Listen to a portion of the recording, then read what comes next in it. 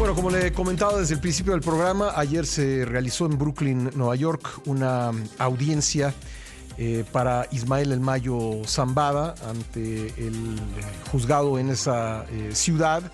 Está acusado de una larga lista de delitos, entre ellos asesinato. Y vamos a conversar con Luis Chaparro, periodista independiente de la frontera entre México y Estados Unidos, sobre cuáles fueron los resultados de esta audiencia y cómo va el proceso. ¿Cómo estás, Luis? Gusto saludarte. Pascal, ¿qué tal? Muy buen día. Bueno, pues, ¿qué es lo más relevante que ocurrió en esta audiencia, Luis, si gustas decirnos? Pascal, yo creo que lo más importante que se vio en el juicio de ayer con el Mayo Zambada es que se deja entrever que es muy probable que no vaya a ir a juicio el Mayo Zambada. De nuevo, todo creo que todavía está un poco en el aire, pero el hecho de que el Mayo Zambada haya decidido quedarse con su misma representación legal y que así lo haya permitido el juez Kogan, es un indicio importante de que muy probablemente el Mayo no está pensando ir a juicio y más bien está ya negociando un acuerdo de culpabilidad. Uh-huh. La intención de la Fiscalía estadounidense de pedir la pena de muerte para el Mayo Zambada es parte del proceso de negociación. Yo creo que es definitivamente parte del proceso porque pues es prácticamente una amenaza de decir, si te vas a juicio, si decides ir a juicio, podríamos solicitar la pena de muerte en caso de que llegues a perder ese juicio. Y pueden hacerlo porque no fue extraditado, es decir, no hay condiciones previas, ¿verdad? Puede acusarlo de lo que quiera la Fiscalía.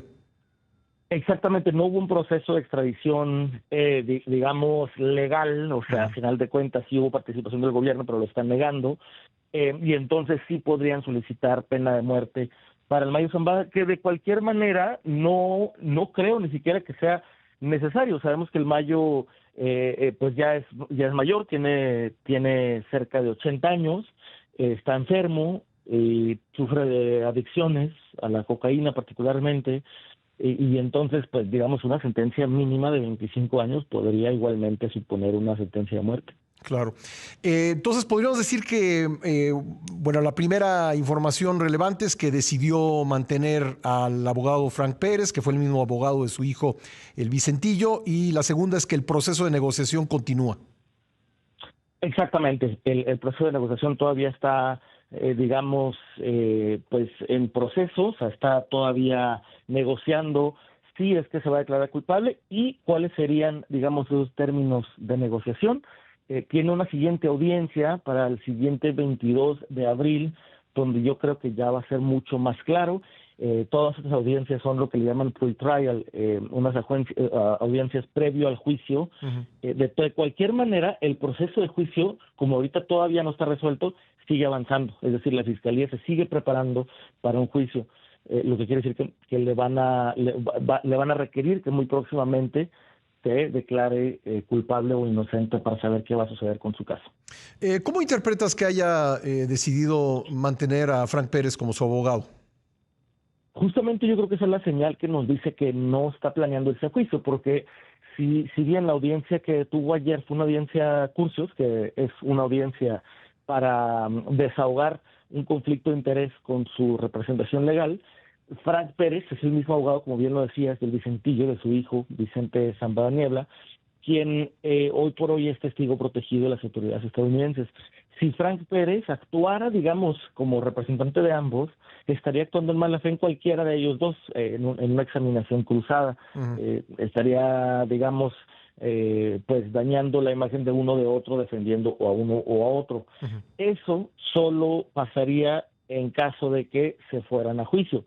Entonces el hecho de que el Mayo haya dicho, yo no tengo problema que se quede él, que el mismo Frank Pérez haya decidido quedarse, habla de que no están viendo en el horizonte un juicio. Parte del proceso de negociación podría ser, además de declararse culpable y de esta manera evitar el juicio, entregar información a las autoridades estadounidenses. Yo creo que podría ser, es decir, yo creo que sí hay una posibilidad de que él entregue información como parte de su proceso de negociación. Sin embargo, tampoco creo que lo sea muy necesario. Yo creo que lo sería muy necesario en caso de ir a juicio para poder ganar puntos.